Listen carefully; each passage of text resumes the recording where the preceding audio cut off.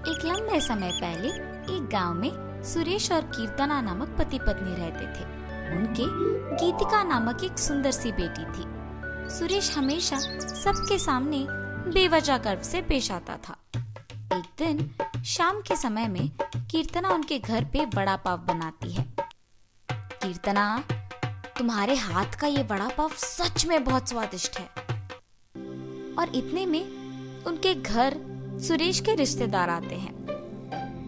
अरे सही समय पे आए हैं, मेरी बीवी अभी अभी गर्मा गर्म वड़ा पाव बना रही है, बहुत स्वादिष्ट है। कीर्तना, जरा मेरे रिश्तेदारों के लिए भी वड़ा पाव बना के ले आना। जी अभी लाई। ये कह के गर्मा गर्म वड़ा पाव बना के वहां लाती है और उनके रिश्तेदारों को परोसती है। उनके रिश्तेदार उसे खाने के बाद कहते हैं,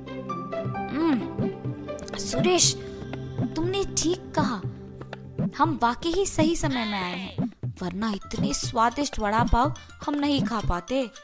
मेरी बीवी जब भी वड़ा पाव बनाती है ऐसे ही एकदम स्वादिष्ट वाले ही बनाती है, इसीलिए जितने भी बार बनाती है मैं उन्हें उतने ही प्यार से खाता हूँ।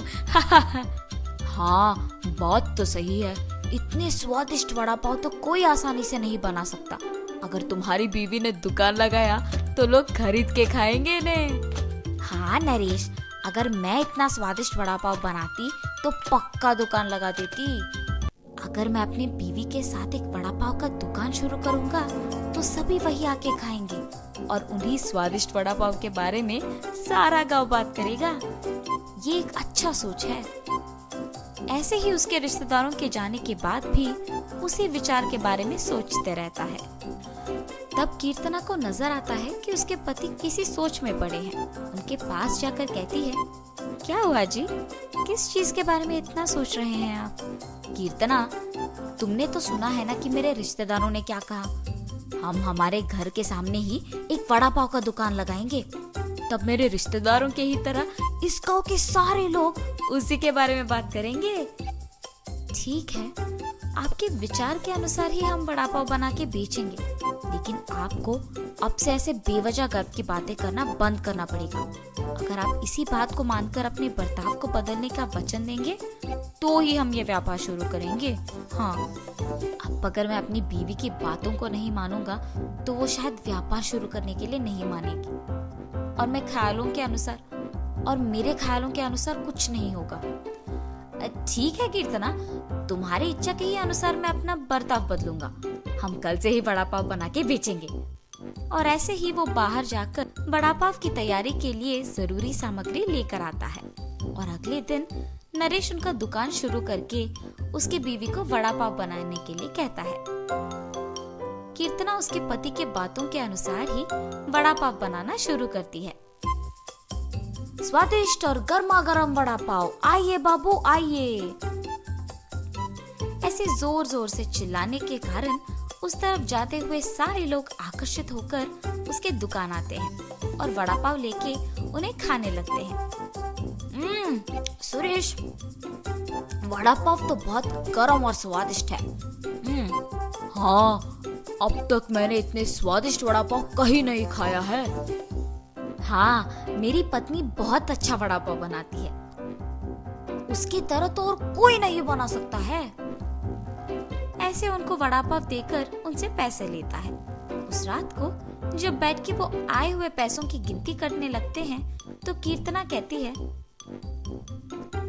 अरे वाह, पहले ही दिन हमें लाभ आया है जी। निवेश के पैसों से ज्यादा पैसे तो हमने कमाया है।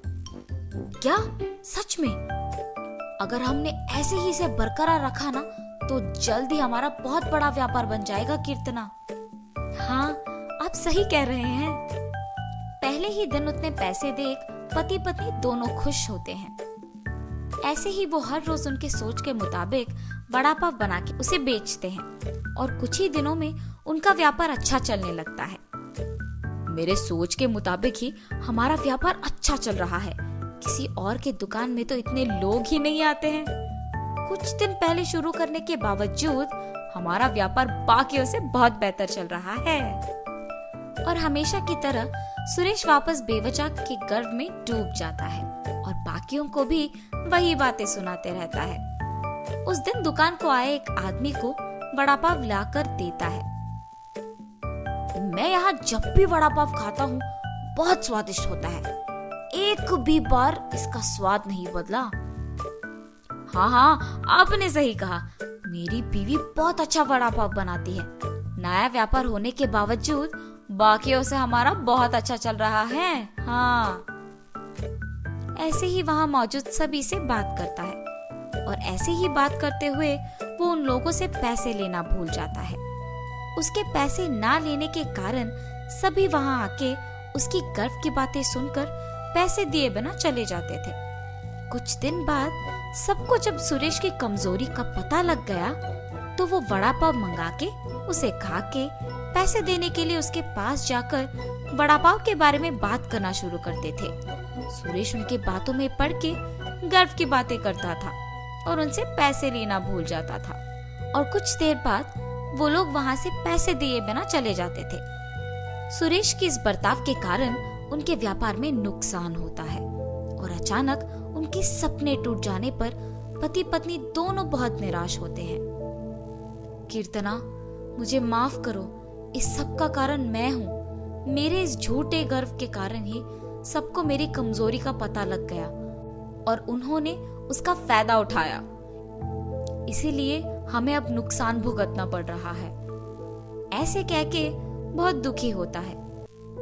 आपको अपनी गलती का एहसास हो गया, बस ये काफी है। अब से हम हमारा व्यापार ढंग से चलाएंगे। ठीक है कीर्तना।